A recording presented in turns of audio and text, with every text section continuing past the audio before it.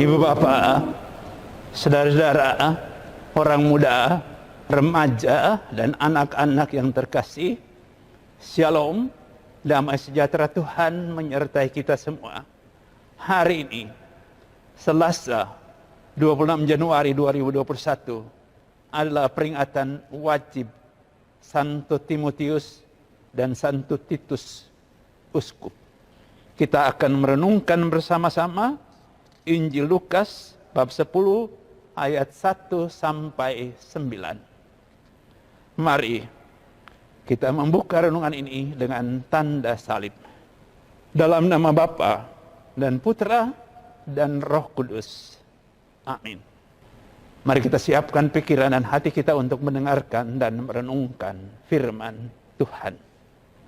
Dari Injil Lukas bab 10 ayat 1 sampai 9.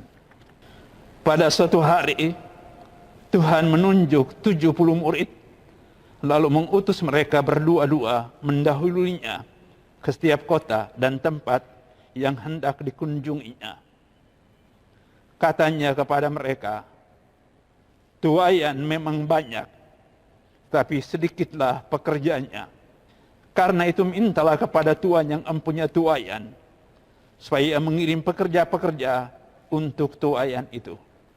Pergilah, camkanlah, aku mengutus kamu seperti anak domba ke tengah-tengah serigala. Janganlah membawa pundi-pundi, atau bekal, atau kasut. Dan janganlah memberi salam kepada siapapun selama dalam perjalanan. Kalau kamu memasuki suatu rumah, katakanlah lebih dahulu, damai sejahtera bagi rumah ini. Dan jika di situ ada orang yang layak menerima damai sejahtera, maka salammu itu akan tinggal padanya. Tetapi jika tidak, salammu itu akan kembali kepadamu. Tinggallah di dalam rumah itu, makan dan minumlah apa yang diberikan orang kepadamu, sebab seorang pekerja patut mendapat upahnya. Janganlah berpindah-pindah rumah. Jika kamu masuk ke dalam sebuah kota dan kamu diterima di situ, makanlah apa yang dihidangkan kepadamu dan sembuhkanlah orang-orang sakit yang ada di situ. Dan katakanlah kepada mereka, kerajaan Allah sudah dekat padamu. Demikianlah Injil Tuhan. Terpujilah Kristus.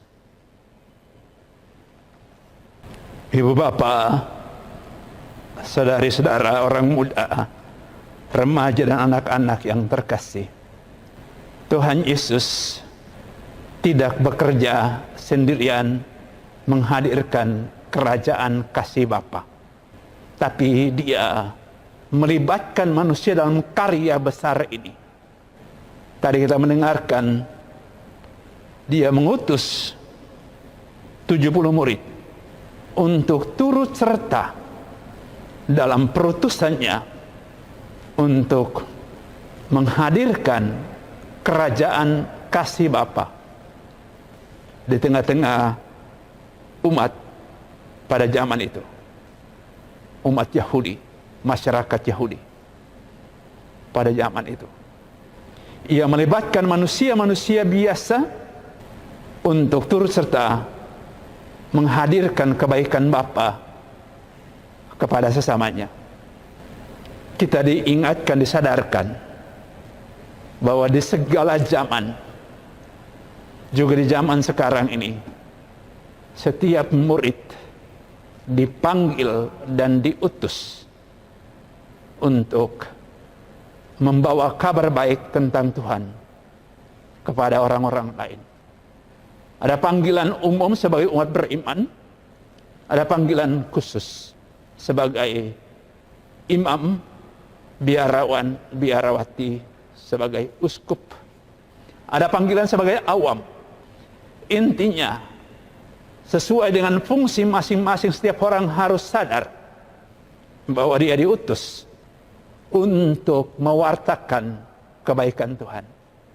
Awam hadir di tengah-tengah dunia, dalam dunia pekerjaan, dalam dunia bisnis, untuk menjadi garam dan terang kebaikan Tuhan.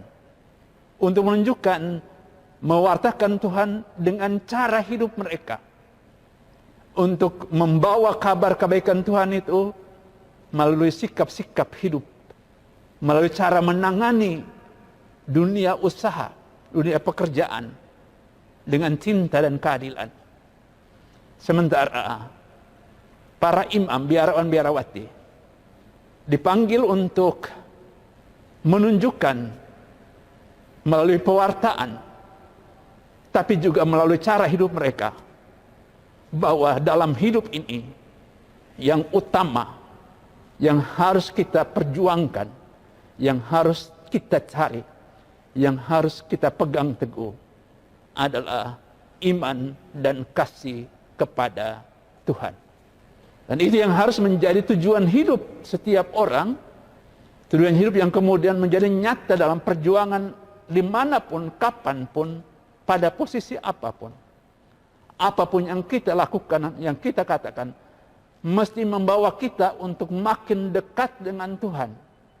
Dan membawa orang lain juga untuk makin percaya kepada Tuhan. Mari kita berdoa supaya kita menyadari betul panggilan dan perutusan kita ini sebagai awam, menjadi garam dan terang di tengah-tengah dunia usaha, dunia masyarakat, dunia pekerjaan. Imam menghadirkan, mengingatkan bahwa segala usaha di bidang apapun di tengah-tengah dunia harusnya membawa manusia untuk makin dekat dan bersatu dengan Tuhan sebagai tujuan hidup. Kita berdoa untuk itu. Tuhan memberkati kita semua dalam nama Bapa dan Putra dan Roh Kudus. Amin.